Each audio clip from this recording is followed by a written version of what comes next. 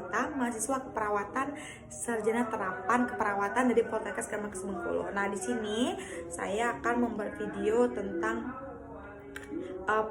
penjelasan sedikit tentang penelitian saya atau judul skripsi saya. Nah, sebelumnya judul skripsi saya adalah pengaruh monitoring tekanan darah, mean arterial pressure, dan roll over test terhadap pencegahan preeklamsia pada ibu hamil di wilayah kerja Puskesmas tahun 2023. Nah, jadi apa sih MAP ini dan apa sih ROT ini? Nah, jadi MAP ini adalah rata-rata tekanan arteri, di mana dihitung dengan menggunakan rumus sistolik ditambah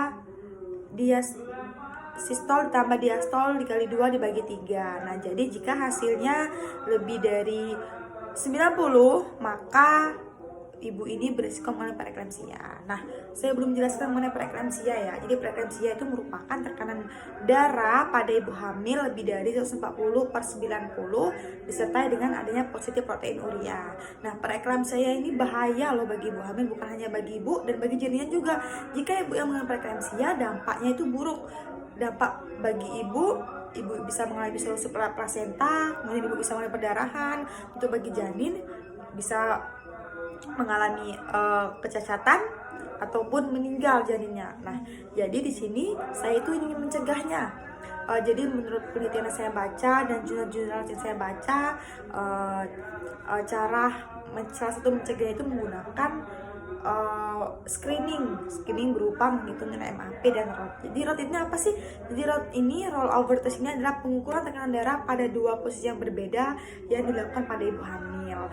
Kenapa penting dilakukan? Karena pada saat ibu terlentang dan pada saat ibu miring itu posisi tekanan darahnya itu tidak sama. Nah, ketika kita menghitung tekanan darah, ketika kita melakukan pemeriksaan tekanan darah miring pada ibu hamil dan pada terlentang itu hasilnya berbeda. Nah, sudah bertemu hasil tekanan darah pada saat miring dan pada terlentang kemudian dikurangkan. Jadi hasil dari tekanan darah yang miring tadi dikurang dengan hasil tekanan darah yang terlentang tadi. Nah, jika hasilnya lebih dari 15 mmHg, maka dikatakan ibu itu beresiko atau positif.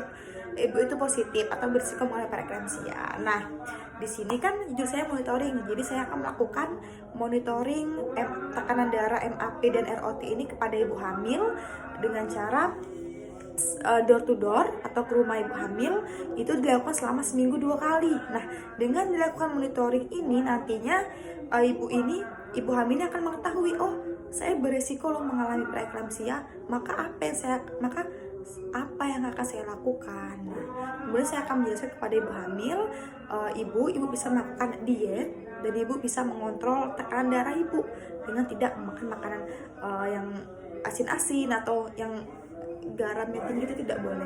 Nah, jadi ini menurut saya sangat bagus. Kemudian pada saat survei ke beberapa puskesmas dan bidang praktik mandiri itu tidak pernah dilakukan pemeriksaan MAP dan ROT ini, padahal ini sangat penting. Nah, pemeriksaan MAP ini sudah ada di buku KIA edisi tahun 2020, di mana ibu hamil wajib dilakukan pemeriksaan MAP.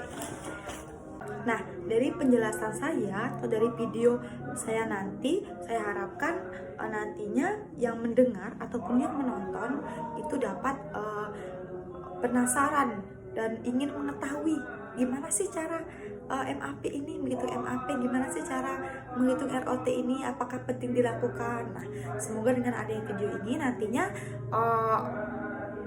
rasa ingin tahu tentang MAP dan ROT ini bertambah, karena nilai MAP ini sangat berpengaruh sekali terhadap ibu hamil.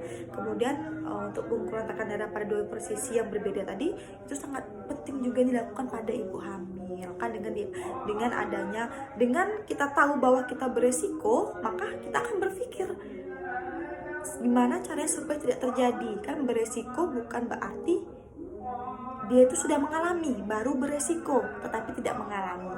Nah, jadi mungkin individu nanti setelah dilakukan pemeriksaan MAP dan ROT ini, dia akan berpikir gimana sih caranya supaya tidak naik-naik terus. Nah, nanti mungkin dia akan diet atau dia akan mengubah pola pola makannya atau bagaimana. Jadi dengan adanya monitoring ini, saya harap nantinya ibu hamil itu bertambah pengetahuan. Nah, mungkin itu saja yang bisa saya sampaikan. Mohon maaf jika ada salah kata. Saya akhiri. Wassalamualaikum warahmatullahi wabarakatuh. Semoga video saya jelaskan ini bermanfaat. Dadah.